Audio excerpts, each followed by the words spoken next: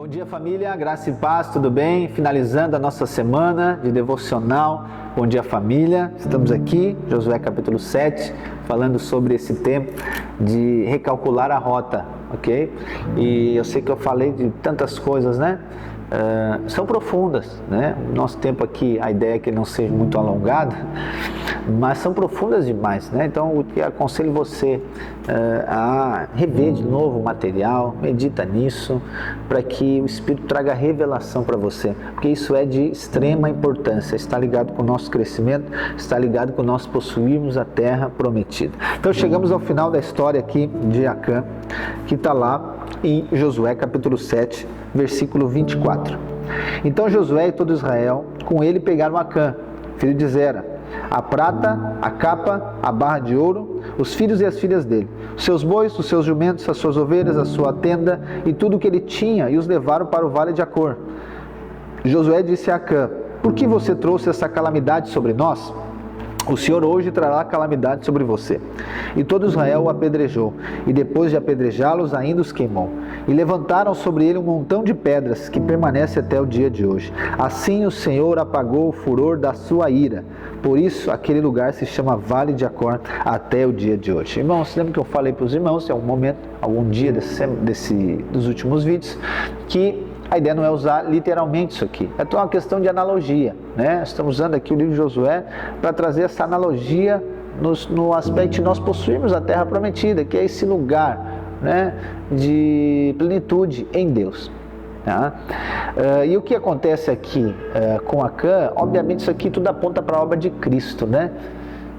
Nós pecamos, nós erramos, nós falhamos, e é Cristo que vai para a cruz e a pedra vem sobre ele, que é a lei, né, as pedras, e o fogo, né, a ira de Deus vem sobre Cristo e nós somos aceitos.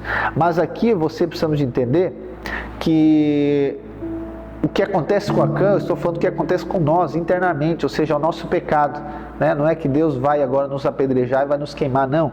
Deus vai queimar tudo aquilo que é natural, tudo aquilo que é pecado, tudo aquilo que é humano, entendeu? Tudo isso é necessário ser tratado pela cruz do Calvário, tudo isso é necessário ser tratado. Não pense que Deus, né, ele já tratou o nosso pecado na cruz, mas agora isso precisa se tornar experimental em nós. E quando nós fracassamos, erramos, acontece esse tempo de recalcular a rota, a disciplina de Deus. Então Deus vai expondo os nossos erros, as nossas falhas, não para condenar e acusar, mas para que você venhamos a ser amadurecidos, fortalecidos, entende? Então é necessário tratar todos esses pecados segundo aquilo que já aconteceu na cruz, entende? Não para que você fique acusado, condenado, não para que você fique desmotivado, não, mas é para que você seja curado, sarado, você amadureça e siga em frente na conquista da terra prometida. Só que é necessário nós entendermos, gente, aqui aplicamos, né, também essa alegoria de Acã, é entendermos que a raiz de todos os pecados é a mesma, é a incredulidade. Muitas pessoas consideram que a desobediência, não, na verdade a desobediência, ela é consequência da incredulidade. Foi assim que aconteceu lá no Éden, ok? Claro que o homem e a mulher desobedeceram a Deus. Mas por que eles desobedeceram a Deus? Porque eles não creram naquilo que Deus falou. Deus disse: se comer, vai morrer. Quando Satanás tenta desmentir a Deus, dizer: não vai morrer, vai se tornar igual a Deus, eles caíram. Por quê? Eles só desobedeceram por causa da incredulidade. Eles deixaram de crer, por isso que eles desobedeceram. Então a raiz de todo pecado é a incredulidade, não é a desobediência, ok? Então o que Acã representa na nossa vida? Acã representa a incredulidade, por isso que ela precisa ser queimada, por isso que ela precisa ser extirpada, por isso que aqui Acã foi queimado de Israel, porque ele representa a incredulidade. Não tem como possuir a terra prometida, ainda a incredulidade fazendo parte. A incredulidade precisa ser tirada, ela precisa ser agora, né, extirpada, como eu falei. Eu sei que muitas pessoas acreditam que o que entristece a Deus é a questão do pecado, no sentido de desobediência, no sentido de ação. Mas não é bem isso, não é bem assim. Eu quero dizer para você que o pecado não entristece a Deus. Pastor, mas como assim? Então quer dizer que pode pecar? Não, eu não estou liberando você para pecar. Não, de novo, todo pecado sempre vai gerar morte, mas o que entristece o Espírito de Deus, o que entristece a Deus é a incredulidade, ok? Lá em Efésios capítulo 4, versículo 30, Paulo diz: e não entristeçam o Espírito de Deus, no qual vocês foram selados para o dia da redenção. Olha só, não estou dizendo que quando você peca, o Espírito fica feliz. Não entenda errado.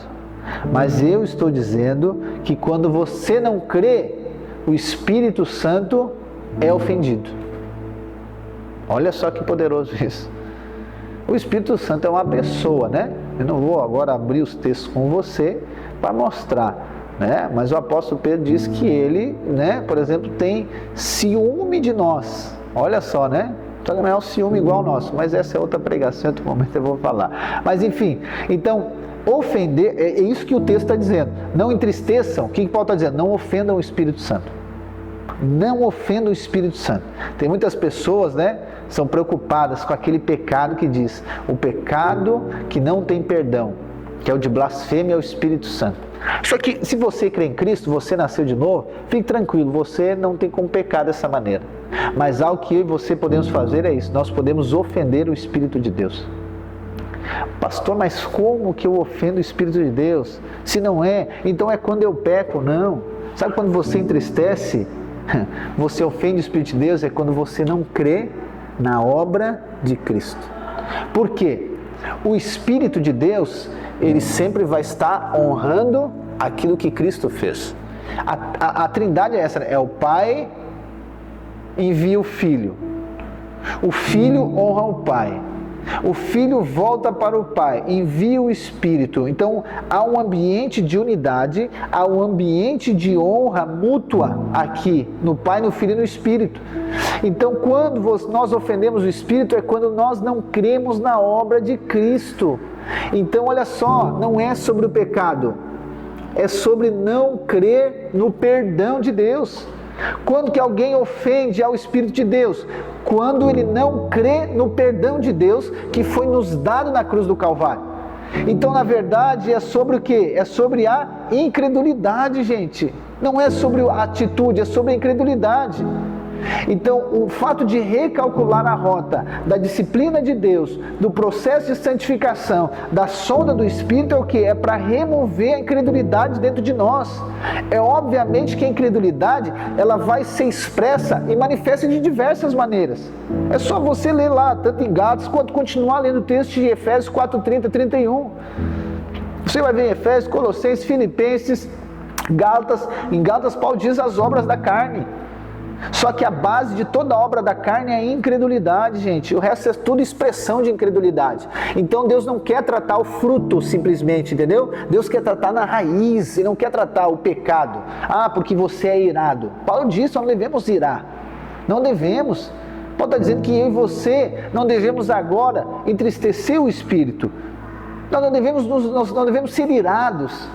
Entende? Nós não devemos agora ficar ressentidos. E por que tudo isso, irmãos? Tudo isso é expressão de incredulidade. Então, onde Deus quer resolver? Deus não quer resolver a expressão, Deus quer resolver a incredulidade. Entende? Ela precisa ser consumida, ela precisa ser extirpada diante de nós.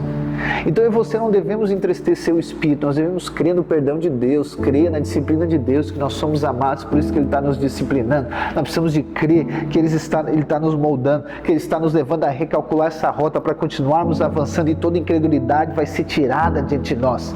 Há uma tristeza, mas essa tristeza produz arrependimento, produz mudança de mente. Agora nós cremos que Deus é por nós, nós cremos que tem provisão, nós cremos que tem perdão e nós vamos avançando. Para finalizar, eu quero ler com você Hebreus capítulo 12, versículo 1, que diz assim: portanto, também nós, visto que temos a rodear-nos de tão grande nuvem de testemunhas, livremo-nos de todo peso. Outra tradução que diz embaraço. Livremos-nos de todo embaraço e do pecado que tão firmemente se apega a nós, e corramos com perseverança a carreira que nos está proposta, olhando firmemente para o autor e consumador da fé, Jesus, o qual, em troca da alegria que lhe estava proposta, suportou a cruz, sem se importar com a vergonha, e agora está sentado à direita do trono de Deus. Então existe peso, embaraço e existe pecado que está ali tentando se apegar a nós, se apega a nós, nos impedir de correr com perseverança. Ou seja, aqui na temática da terra prometida é isso, está tentando nos segurar para que a gente não possua a terra prometida, está tentando criar agora barreiras, situações para que a gente não avance. Mas eu quero dizer para você, existe uma carreira para nós correr, existe uma terra para nós possuir. Então se você caiu, se você errou, se você fracassou, aceite a disciplina de Deus, seja aperfeiçoado por Ele, aceite o perdão de Deus, creia em Cristo, olhe para o autor e consumador da nossa fé, ou melhor, da fé, o autor e consumador da fé, aceite o ensino de Deus. Recalculemos a rota, Vamos abandonar o peso, o embaraço, o pecado e olharmos para Cristo, olharmos para Ele. Então permita, Deus, permita o próprio Jesus reerguer você, e siga em frente na conquista da terra prometida. Amém? Deus abençoe a sua vida e até a próxima semana.